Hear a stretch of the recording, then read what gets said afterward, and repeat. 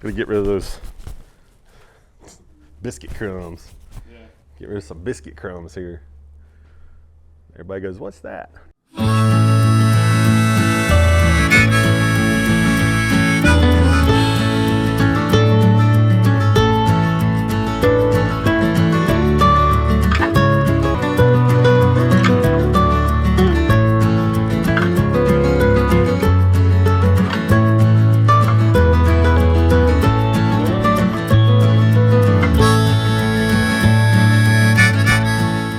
Hey everybody, it's Bobby here from Tuckasegee Fly Shop.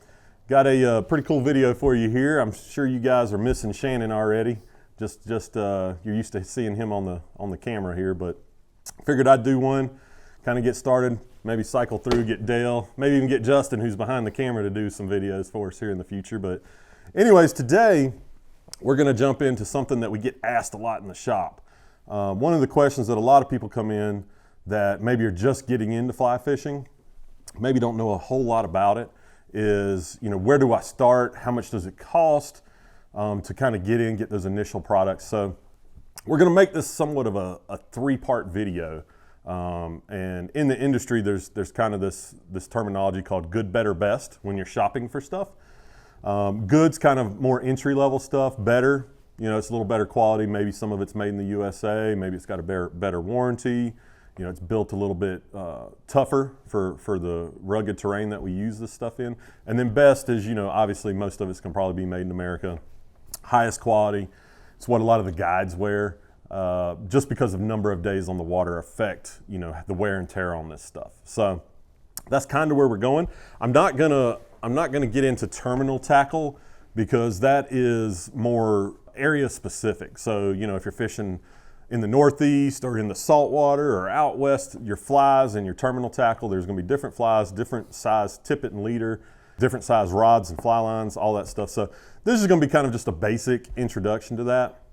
So the first video is going to be the good, the second video will be the better, and the third video will be the best, and we'll probably put them out over the next few weeks or so. You'll see the other couple come out. So that's kind of the idea behind this video, is just what do you need to go fishing on your own when you're getting into the sport, and how much do you want to spend, how many days on the water you're going to be is going to dictate maybe how much you're going to spend. So let's jump right into it here, and we're just going to go through a few products on the good side of things. So this is the entry level, the lower cost. All this stuff carries warranties on it. So that's kind of our opinion in the industry, is don't buy something without a warranty that backs it up and says, hey, we know this product is a good product. If you do something to it, you break your rod on a fish, the bottom of your boot, you've worn it 6 times and it becomes delaminated, they're going to take care of you on stuff like that. So that's the reason these products, you can obviously go to some of the big box stores and get some stuff that's maybe cheaper than what I'm going to show you today, but it's probably not going to have the same backing from the manufacturers that what we carry in all our stores has. So let's jump into it. First thing we're going to talk about is boots. Just for an example, there's several different boots you can get, but I want to kind of hit those price points. This is an Orvis Encounter boot. It's their entry-level boot. Comes in around 130 bucks. I'd say in that entry-level boot, you need to be in that $130 to $150 for a pair of boots. Now this boot, and this is going to be the same for the wader, is designed for somebody that maybe fishes a couple times a month. So you're talking, 10 to 12 times a year you're going to be out on the water. So maybe somebody that lives, for us, we're in the mountains of North Carolina, so maybe somebody that lives in the middle part of the state, down towards Raleigh or Charlotte, that, gets to come up here, maybe they get a weekend a month, or, every quarter they get a couple times they can come up here. That's what these items are for the entry level. So if you go out and you spend 200 days on the water in these boots and these waders I'm showing you, you're going to run through them pretty quick because they're just not designed for that type of wear and tear. So just know that getting into it. So $130, $150 entry-level pair of boots. Good place to start. For the waders, here I've got the men's Tributary, and they are coming out with a new Tributary here in 2023, so that price point's going to go up a little bit. But this is a good entry-level wader. It's 200 bucks. It's not made in America, neither are the boots, but it does the number one priority of what a wader does. That's keep you dry. So as long as you take care of them, that's something that you need to make sure you do with waders, is dry them out properly. You dry them out on the outside, hang them on your deck, your shower curtain, whatever, a hook on the side of the wall, and then turn them inside out and dry the inside also, because your body moisture if you don't dry them out properly and you put them in storage, the inside of the wader can mold and mildew, and obviously that messes them up. So, but these do the trick. Like I said, you're in that $200 price point. You can get, you know, something a little cheaper like some Reddingtons. They're probably in that $150 to $175 price point, but what I had in the shop today was the tributaries that I grabbed. So, you know, we're sitting at, what, $230 or $330 right there just for the boots and waders, which that's one of the biggest purchases for fly fishing is your boots and waders. So, you know, we're only $330 into it with those two guys right there, so that's not too bad. The next thing to talk about, which is really important, is your rod and reel. So a good entry-level place to start is just a combo. This is the Reddington Crosswater. They make a couple different ones. We carry the Reddington Path. You also have Echo that makes the, it's called the Lift. Excuse me there. It's a good one. Trying to think what other ones we carry that are kind of in that. This one's $190. They're going to be anywhere from probably that $180 to $220 price point for kind of the entry-level combo. So it's a good place to start. This comes with, as you see, a rod tube. It has the reel inside the case. It also has a fly line and a leader already on it. So this is basically ready to fish out of the box. You can tie a fly on it and go catch a trout, probably a small bass, something like that. This is a 9-foot 5-weight. Again, when you're getting into it, you have to get a rod and a reel and stuff that's specific for the species and the area you're fishing. So for us, a 9-foot 5-weight around here does a great job for trout, some bass, brim. You know, you could go to a farm pond and fish this, a lake, stuff like that. This is not geared for salt water. So this wouldn't be a rod and reel I would take and try to catch any. You'd probably blow the rod up on a bigger fish in salt, and the reel the components in the reel aren't saltwater worthy, so it would corrode and be done probably after the first trip. But for freshwater, this is a great option. Again, this comes in at $190. Oh, let's see. So you need a pack. You're gonna have leader and tippet and all that good stuff. So this is just a little chest pack. It's what we call kind of a minimalist style. So it'll hold probably a couple fly boxes. You can put a little tippet tender on it, throw some packs of leader in there. It does have a place on the back for your net. And this isn't a product review, but you know, this is a good little pack. It comes in at $80. Get it done, get you out on the water. You can carry what you need with it. It's got all the little lanyard spots where you can hook nippers and zingers and your hemostats and all that good stuff on it. So for $80, it's a good pack. And the great thing about it is if you start with this and you decide to upgrade, and this is with anything, is you can keep this, and those days where you're like, hey, I'm gonna hike 5 miles, this is the pack you use. Because it's lightweight. But the days where you're only getting 200 yards from your truck, you use your bigger pack that you buy later on once you get into it. So it's a great pack, $80 for that. Next thing, you need something to hold your flies in. So fly boxes are one of those, and again, this is just one I grabbed off the shelf. This is a double-sided. It's clear so you can see what's in it, but there's all variations of fly box. You can spend anywhere from probably $10 to probably 50 or 60 bucks for just a fly box like this. And what's the difference in those?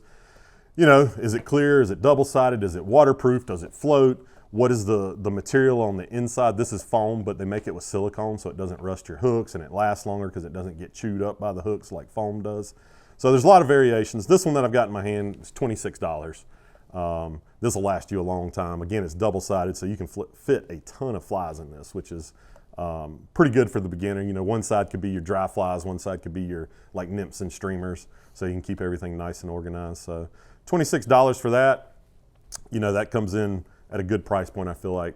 And from here, you're eventually gonna probably have, if you stay in it and enjoy the sport, you're gonna have probably 4 or 5 fly boxes by the time it's all said and done for different aspects, where you're fishing, where you're going. You know, for us here, if we're fishing the Tuck versus fishing the national park, probably gonna be a different set of flies on certain days. You know, right now the Tuck's a little higher. We had some rain over last week, so we'd probably be nymphing and streamer fishing. Where in the park, it'd probably be smaller nymphs, maybe even some dry fly stuff. So, you know, different fly boxes, that's where you're gonna come in and probably buy more over the years as you stay in the sport. So $26 for that guy, not too bad. Next thing you know, when you catch that big old fish, what do you need? You need a net. The worst thing in the world is when you go out fishing and you think, man, all I've ever caught is 6-inch fish. I'm probably not gonna catch a big one today. And sure enough, the day you don't have a net, what happens? You hook into a 24-inch brown and you break him off because you couldn't get a net, because you can't grab him as easily as you can a 6-inch fish. And if you'd have just had a net, you could have simply scooped him up and got a nice photo with him before you released him. So You know, a simplistic net, nets are one of those things if you get something that's custom, like from Brady's handmade nets, you know, you're going to spend it. That's artwork. I've got one. A lot of us in the shop have one from him. They're beautiful. This is more of an entry-level style. It's just a metal hoop. Doesn't really have any bells and whistles, and maybe isn't the prettiest thing in the world, but it's got a big basket, so you can handle small fish, big fish. It's the rubber net, which we recommend. I would not go with a fabric net. Go with a rubber net. It's better for the fish. It's easier to get your hooks out. The hooks don't get caught in it as much. All that good stuff.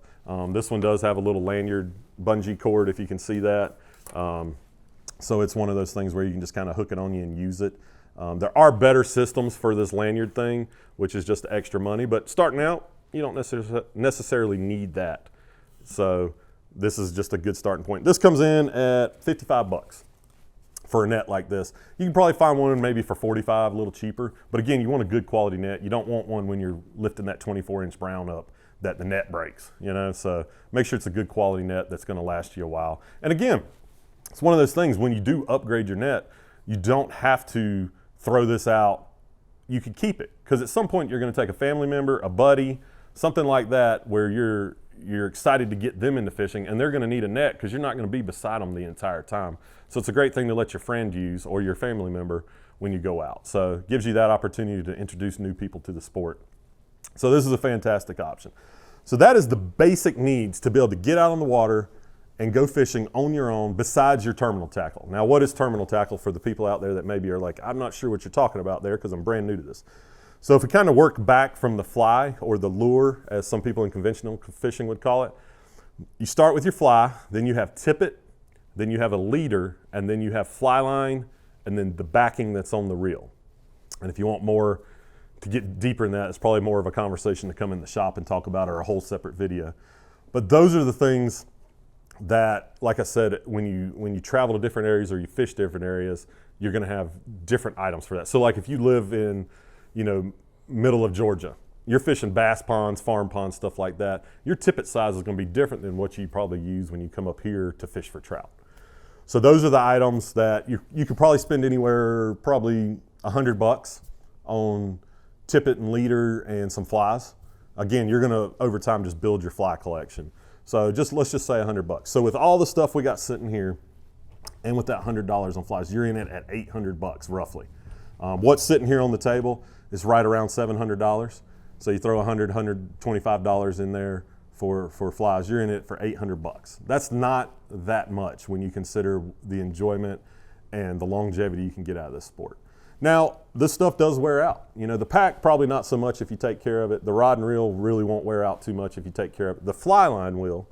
Waders and boots, they take the most wear and tear. They're an abusive thing. You're walking over rocks, uneven ground. You're crawling on your hands and knees sometime, depending on what stream you're fishing. So those take some abuse. So those are gonna wear out the fastest. So again, on those, think to yourself, am I gonna fish a bunch of days a month, one day a month? Am I gonna fish every day a month? That's the reason when you go out with a guide, you see they've got some of the top line gear on. It's not because we make a ton of money, it's because bang for the buck, the dollars per day that you get out of the equipment, that higher end stuff just lasts longer. So actually over time, it's cheaper to own the more expensive stuff than it is the inexpensive stuff if you're putting that much wear and tear on it. So we're gonna do 2 more videos on this, so look forward for those coming out. The next one's gonna be the better, and then the last one's gonna be the best. And we'll kind of go through those items also. And again, this stuff's gonna range a little bit depending on the prices that we put out there. You know, this net somewhere else could cost $10 more, obviously. And depending on when you're watching this with inflation and the product constraints that we've gone through, some of this stuff could be a little bit more than what I've shown you here today. But go follow us on Facebook, Instagram, 3 locations. You got the one in Bryson City, the one in Silva, the one in Waynesville. Check us out on the web store, flyshopusa.com, if you need to look at anything, see some prices on some different items. And we'll catch you on the next video.